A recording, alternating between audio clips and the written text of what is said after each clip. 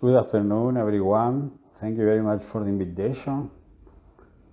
In this opportunity, I speak about the mobilization and communication of scientific knowledge and the actors who participate in this process. Van Alonso, 2019, highlighted that in the dynamic of knowledge mobilization in three phases: before, during, and after the research. Before, question and why is about what to investigate, why and for whom. During, it is addresses how is evaluated, what is required to, and how to get action to obtain a favorable evaluation. And afterwards, we investigate who use the knowledge and how it serves.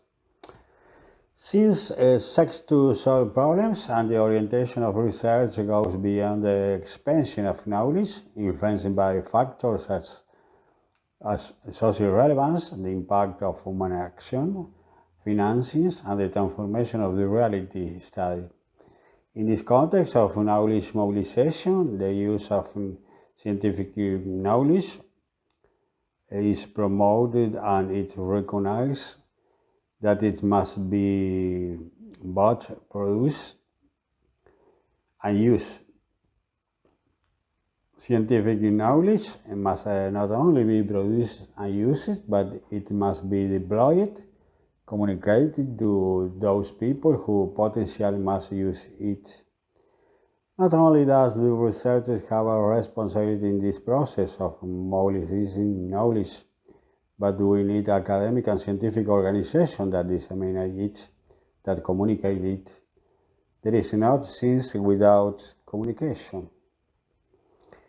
In the concept of knowledge mobilization in the context of research policy in social and human science, the definition of the Social Science and Humanities Research Council of Canada has been introduced, which highlights the reciprocal and complementary flow of scientific knowledge between researchers, mediators, interlocutors, and users.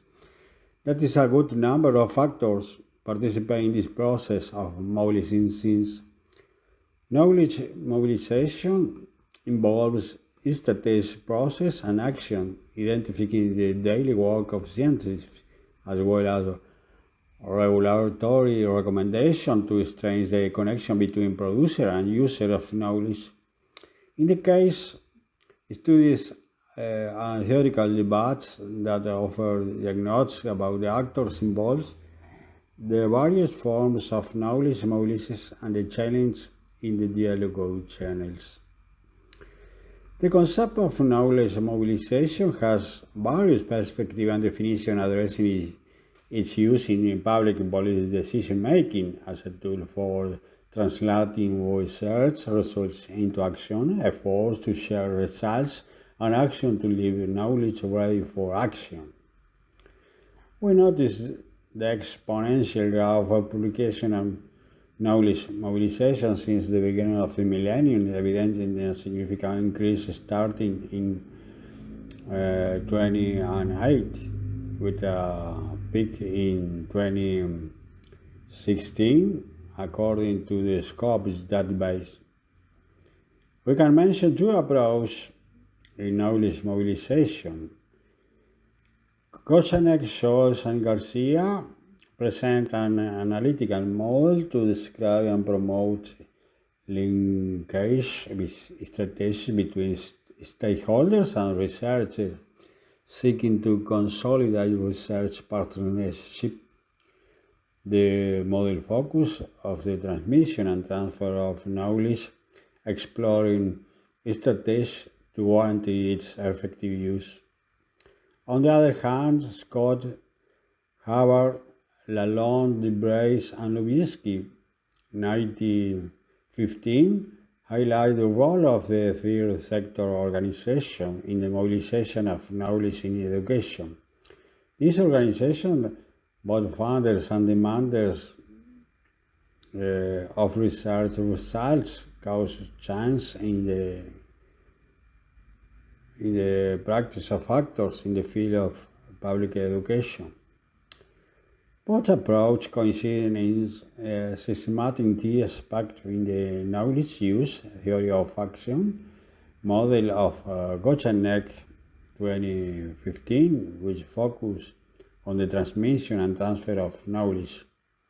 In this approach, strategies are used to ensure that the knowledge produced is effectively used, as described in figure. This schema present describes the stage of the knowledge use cycle from acquisition and interpretation to appropriation, sense making, and finally effective use.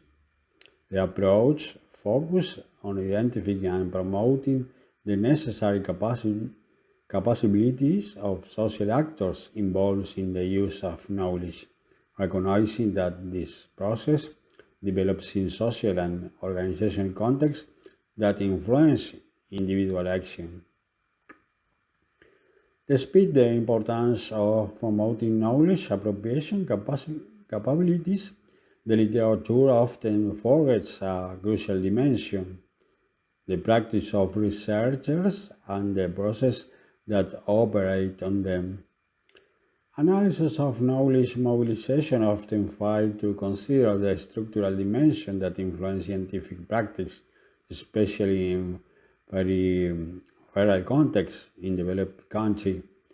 Often scientific organizations do not have social communication strategies for things designing as a channel between research and the people who could use that knowledge. The proposal to reconsider the social character stands out.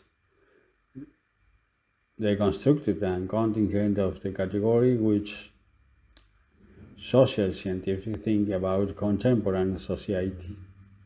The discussion on encouraging the effective use of knowledge, of scientific knowledge, aims to recognize non-academic interlocutors as an integral part of the knowledge production process, even when explanatory models do not yet offer definitive answers. Knowledge mobilization as a normative proposal should not ignore the structural limitation of in the kitchen of things and should incorporate them as variables that necessarily influence the knowledge mobilization process considered successful. Rather than simply releasing information, knowledge mobilization involves active engagement in its practical application. The analogy of sowing and cultivation illustrated the difference between diffusion and mobilization, involving processes such as awakening fertilizants and watering to ensure that what is now flourishes.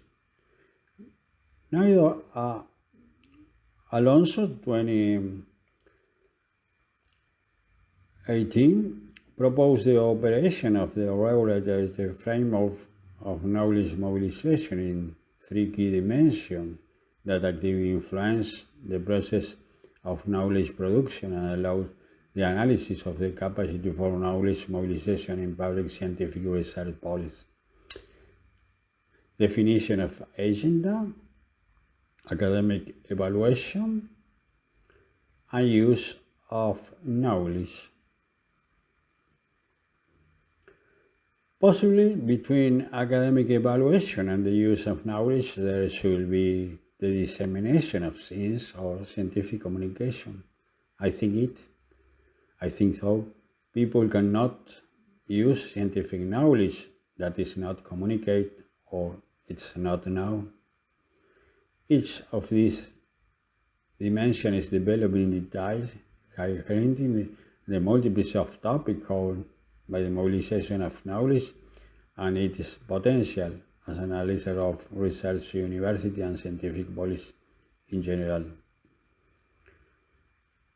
The discussion about the social usefulness of scientific knowledge involves identifying the type of knowledge produced, the possible use and resource relationship that arise from process of negotiation of meaning.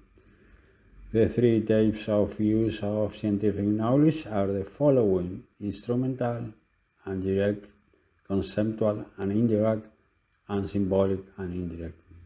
It is necessary to focus on the potential recipient of the knowledge and the strategies for its appropriation, since this cannot be separated from the production process. Thank you very much for your attention. Thank you so much for this participation. Thank you.